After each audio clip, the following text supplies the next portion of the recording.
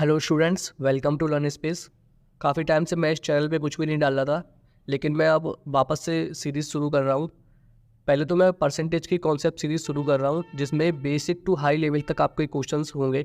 ठीक है, ये पहला कॉन्सेप्ट है और हो सकता है काफ़ी सारे लोगों को इस कॉन्सेप्ट को बिल्कुल ईजी लग रहा हो और काफ़ी सारे लोगों ने इस क्वेश्चन को सॉल्व भी कर दिया हो। लेकिन मेरा मोटो ये है कि जो भी स्टूडेंट मेरे चैनल पे आए वो 100% उसको सीख के जाए, मतलब जीरो से बिल्कुल सीख के जाए और हाई लेवल तक मैं इस पर कराऊंगा हर चीज़ को। ठीक है, और दूसरी बात मेरी ये रहेगी, क्योंकि मेरा मेरा मोटो ये नहीं रहेगा मैं आऊँ और क्वेश्चन को सॉल्व करके चला जाऊँ। मेरा मोटो ये रहेगा कि आप जाओ, आप एग्ज़ाम में किस अप्रोच से आप क्वेश्चन को सॉल्व कर रहे हो, आपकी अप्रोच बेस्ट होनी चाहिए, क्योंकि टाइम का बाउंडेशन आपको पता है बहुत ज़्यादा रहता है। ठीक है, तो मेरा तरीका ये भी रहेगा कि कौन से अप्रोच को आपको क्वेश्चन को सॉल्व करना चाहिए, क्या मेथड यूज़ करना चाहिए अपने क्वेश्चन में। ठीक है, क्योंकि क्वेश्चन तो हर कोई सॉल्व कर देता है और करा भी देता है, लेकिन मेन चीज़ यहाँ पे बचती है टाइम की। तो मैं पहला ही कॉन्सेप्ट है, तो मैं क्वेश्चन को शुरू करता हूँ। ए की आय बी की आय से 25% अधिक है, बी की आय ए की आय से कितनी परसेंट कम होगी। अगर ए की आय बी की आय से 25% अधिक है, मैंने अगर बी को यहाँ पे 100 मान लिया तो ए को 125 मानना पड़ेगा। अब वो पूछ रहा है बी की आय ए की आय से कितनी परसेंट कम है, तो बी की आय कितनी कम है, 25। 25 कम है, जो कम होती है वो उसको लिखते हैं ऊपर, और जो जिससे कम होती है वो उसको रखते हैं हम नीचे। तो 125 हमारा रहेगा नीचे, इंटू परसेंट को निकालने के लिए हमको 100 से मल्टीप्लाई करना पड़ेगा। अगर हम इसको काटेंगे तो 5 टाइम कटेगा, और इसको अगर हम कट करेंगे तो 20%। ये हमारा आ जाएगा आंसर। ठीक है, लेकिन इसका एक और अप्रोच है जिसको हम फ्रैक्शन मेथड बोलते हैं। अच्छा, फ्रैक्शन मेथड कैसे अगर हम यूज़ करेंगे, तो फ्रैक्शन के लिए सबसे पहले हमको फ्रैक्शन आने चाहिए। जैसे 25% का फ्रैक्शन काफ़ी सारे लोगों को पता होता है कि निकालते कैसे हैं। 25 अपॉन परसेंट का मतलब 100 होता है। अगर मैं इसको कट करूँगा तो 1/4 आएगा। ठीक है, 1/4 आएगा। अब काफ़ी सारे लोगों को परसेंटेज याद भी होंगे, लेकिन जिनको याद नहीं है उसको 1 से लेकर 20 तक के परसेंट आपको याद होनी चाहिए। अगर 20 तक नहीं कर सकते हो तो एटलीस्ट 12 तक आपको याद करने पड़ेंगे परसेंटेज फ्रैक्शंस।